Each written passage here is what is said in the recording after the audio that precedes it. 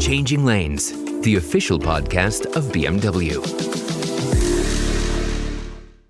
Well, hello and a very big, warm welcome to this episode of Changing Lanes, the official podcast of BMW. My name is Nikki Shields. And I'm Jonathan Tilley. And today on the podcast, Nikki and I, we're going to be taking you on a wild ride through our top 5 most famous and definitely distinctive corners from racetracks all around the world. Nikki, you've been on many racetracks, reporting, moderating, tons of events, so this is totally right up your alley. Yes, it is pretty much my second home, much to my husband's disappointment. But I am very excited, to get really into the nitty-gritty of racetracks. And, you know, what is it that makes a particular racetrack so iconic? What is it that makes them stand out? Why do they tick? Why do they have so much history and heritage? But yeah, I mean, obviously we talk a lot at BMW about speed and performance and acceleration. But a lot of that work, of course, is all about how you approach the corners. You know, we're talking about hitting the apex, taking the fastest line, your braking points, your acceleration, how you can approach the corner in the right way, how can you accelerate out of the corner the quickest way. So that's kind of what we're going to get into the nitty-gritty of today. Yes. And although I haven't been on as many racetracks as you, Nikki, and I'm just a little bit jealous about that, I did have a conversation with Alex Zanardi about what really goes on into training for a race. And he was talking about the sheer amount of effort needed just to keep the race car on the track. It was mind-blowing.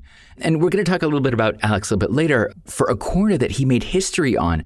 But here's another thing. You might have seen on Instagram, there's a recent trend where there's like a simulated cockpit and people are taking turns trying to steer the wheel from left to right just in one direction, like in a race car trying to do a corner, and they can barely move the steering wheel. They're sweating, they're gritting their teeth, right? So if you think that a racetrack is just a racetrack, guess again. And one of the hardest parts of a racetrack is actually the corner. So I'm really pumped to be talking about this today. Yeah, very exciting indeed. I also really love that there's always this kind of admiration. What's the word? I would say rivalry. Let's call it a rivalry between Formula One and Indy, because of course, you know, well, it's not just Formula One. It's many disciplines of motorsport that have many corners and complicated designs to the track. Whereas Indy over in the States is just oval racing. So they're just saying, well, all you need to do is to become a good Indy driver is to make sure you can turn left, and that's it. Which I always find quite funny. I'm quite good friends with an Indy 500 champion. So he's always kind of talking about how easy it is to drive an Indy. Obviously, it is not easy to drive an Indy at all. It is probably one of the most terrifying motorsports out there. But maybe we can talk about that in a different podcast. So narrowing, I mean, this was kind of tricky, wasn't it? Yeah. I mean, we had a good old debate about how to break it down just to 5 of our favourite corners. It was not an easy task. We did consider numerous other corners that didn't make it to the list, unfortunately. You know, one of my favourites particularly was, of course, Maggots and Beckett's at Silverstone. Watched many a race there. And then, of course, the bus stop in Daytona. Always plenty of action at that point. But they didn't make the cut. So, drum roll, here is our 5 most famous and distinctive corners from racetracks around the world. Yes. All right, here we go. First up, we have the Carousel on the Nordschleife, or the North Loop, at the Nürburgring in Germany's Eifel Mountains. So, also known as the Green Hell. I mean, Jackie Stewart. I mean, right? Jackie Stewart's nickname for the track. I mean, the Nordschleife is just... It's like something else. It's you can't even call it a racetrack. It's you know, it's so long and it's such an intense battle. Yeah, I understand why he called it the Green Hell. So like you were saying, Nikki, with your Indy friend, you just turn left and you're all good. Not here. 73 corners and curved section on the track. I mean, so it's so hard to pick just one corner. Now, yes, some candidates are corners with beautiful German names like Bergwerk, which is mine, or this is a tricky one even for me, Schwalbenschwanz, which is swallow's tail. Wow. I thought my German was good until this very moment. Brünnchen, which is a little well. That's kind of cute, but make no mistake about it, it's pretty tricky. But the most iconic one is the legendary, of course, Carousel, or AKA Caracciola. This very good. Thank you. I'm getting there. Language as well, right? So this banked turn is a narrow left-hand hairpin, the inside of which is not paved, but covered with concrete slabs. I mean, me driving in a straight direction, like forward ahead on concrete slabs is pretty tricky as well. But on a hairpin curve like this, forget about it. No thanks. And just traveling at 50 miles per hour or roughly 80 kilometers per hour, depending upon the vehicles, drivers, they're going to enter this short, rough section hoping to hit the racing line to take as much momentum as possible towards the steep H8 right-hander. But this is just insane. Yeah, I mean, it's a tricky part of what is already a very tricky track. And of course, it's also such a long track. There's a couple of corners named after Michael Schumacher and Bruno Senna. But I think we've picked the right one there, Carousel. Yeah. And of course, do let us know if you're listening in the comments what your favourite corner is. What makes you get up and either shout at the TV if you're watching it or, sends shivers down your spine if you get the chance to actually go there. Now, the next one, we have a track that I've actually been to quite recently. It was at the Monaco Grand Prix circuit. It also features in the Monaco Prix street circuit, and that is the famous Piscine, the swimming pool. Now, again, this was one that we sort of did discuss for quite a while because Monaco is such a historic track, isn't it? Yeah. And there are you could pick any corner there. You've got, Rasca, Saint-Devote, of course, the Fairmont Hotel. Again, what a beautiful location. And unusually, it's the slowest corner in Formula One, but again, one of the most iconic. However, we thought we'd pick the corner at the Monaco Grand Prix, which provided quite a bit of excitement this year in the Formula One. It was actually turn 15, the swimming pool, where poor old Charles Leclerc hit the barriers. He managed to set pole position, but then hit the barriers. He managed to literally just touch the corner and unfortunately broke a part of his car and couldn't continue and ended up hitting the wall. Red flagged qualifying, and I think it provided lots of drama, didn't it, this year? And it's also just such a special location because you can see it's named after a swimming pool. There is a huge public swimming pool right in the heart of Monaco, right on the harbour front.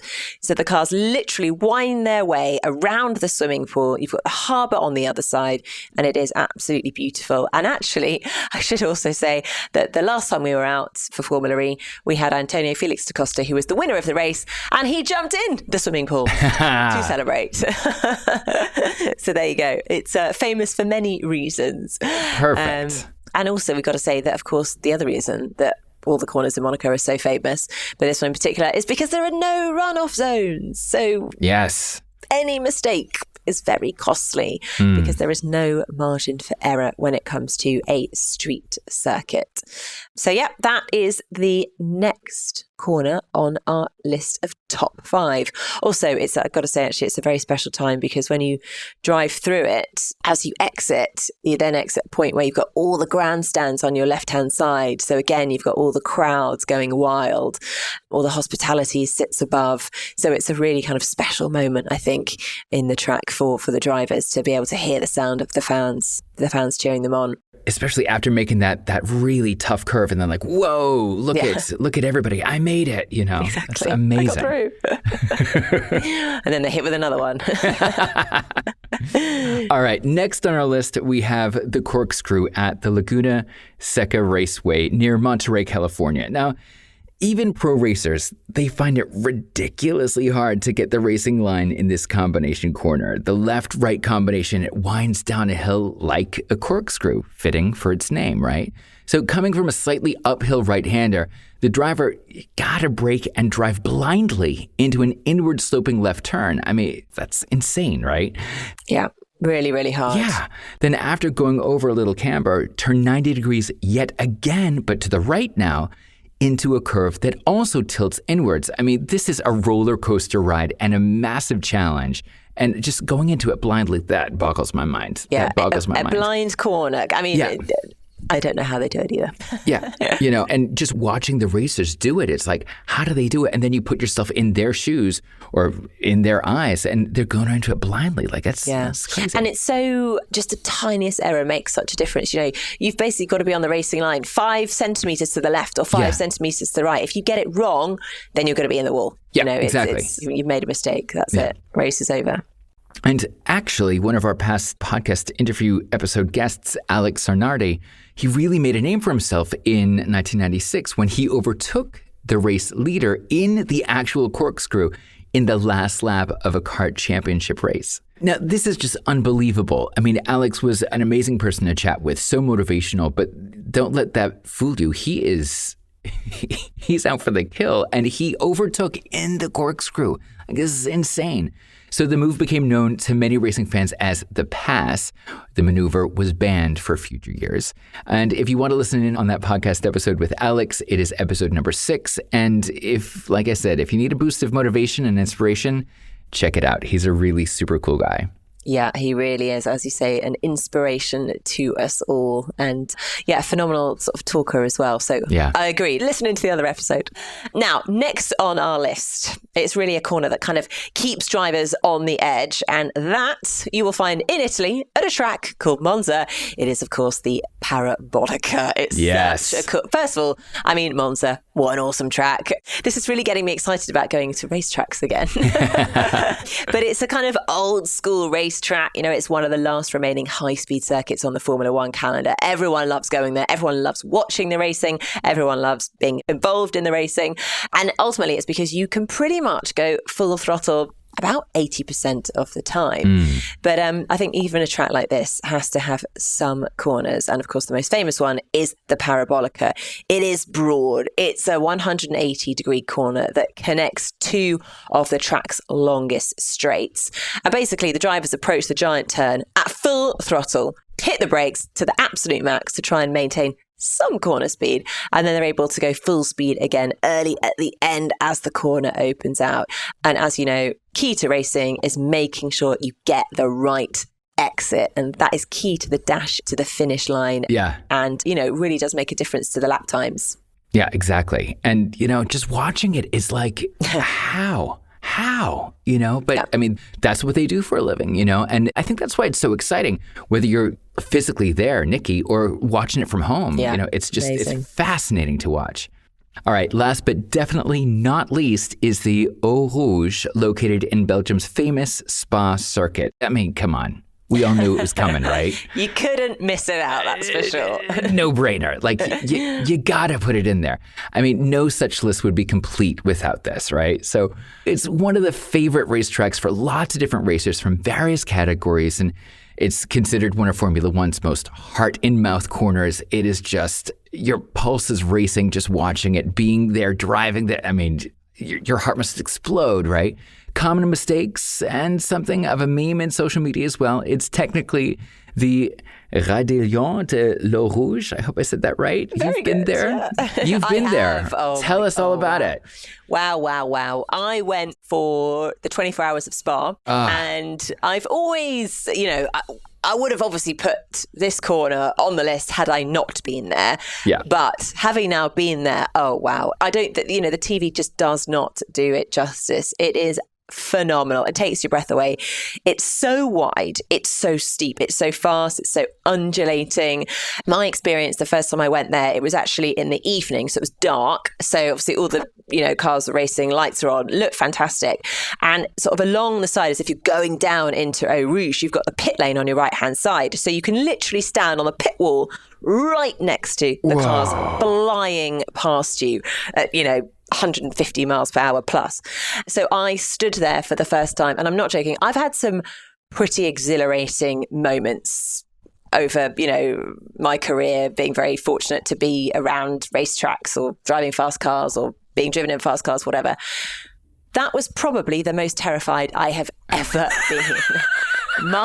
Honestly, I jumped out of my skin. It was exhilarating after a while, but the first time it happened, it was terrifying because you think they're going to slow down. You know, you don't quite appreciate the speed of the cars and how close you can get to them. And they're just, flying full throttle into Eau Rouge. It was amazing, though. And then I kind of got used to it. And then I sort of eased into it and I enjoyed it. But honestly, I was terrified the first time. My whole body shook.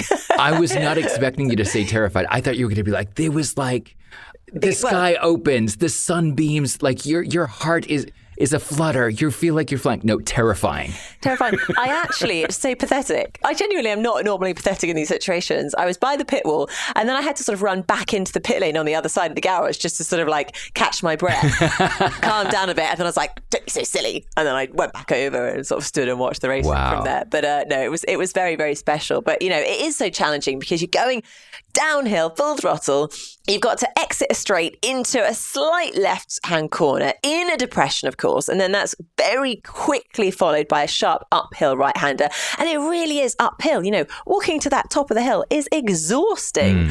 Again, you can't tell quite how steep it is from the TV cameras. But yeah, very, very impressive. And I think, you know, in a Formula One race, the drivers can take that racing line at full throttle. So we're talking like 185 miles per hour. Wow. Ridiculous. Yeah. You got to go there. Oh, wow. Yeah, amazing. That would be my conclusion. Go and enjoy it firsthand. Just go. If you can. Yeah. If you can handle it. If you're not too terrified. Yes. I've prepared you now. We've been you briefed. Won't jump out of your skin. Yeah, we've been briefed. Like I did. So like you said, Nikki, in the beginning, hey, podcast listeners, did we hit your top 5? Did we miss something? I know that we did a little bit of chatting and going back and forth before the podcast and doing our research, and it's very hard to find the top 5. This is what we came up with. What do you think? Let us know. Yes, do. Let us know what your thoughts are. And we just want to say a big thanks. Thank you for joining us once again for this week's episode of Changing Lanes. Always a pleasure to have you along for the ride. 100%. Now, if you enjoyed this episode, make sure you subscribe to our podcast for future episodes as well. And of course, don't forget, if you do want to dive deeper into all things BMW, head on over to bmw.com to learn more. I'm Jonathan Tilley. And I'm Nikki Shields. And this has been Changing Lanes. See you next time. Changing Lanes, the official podcast of BMW.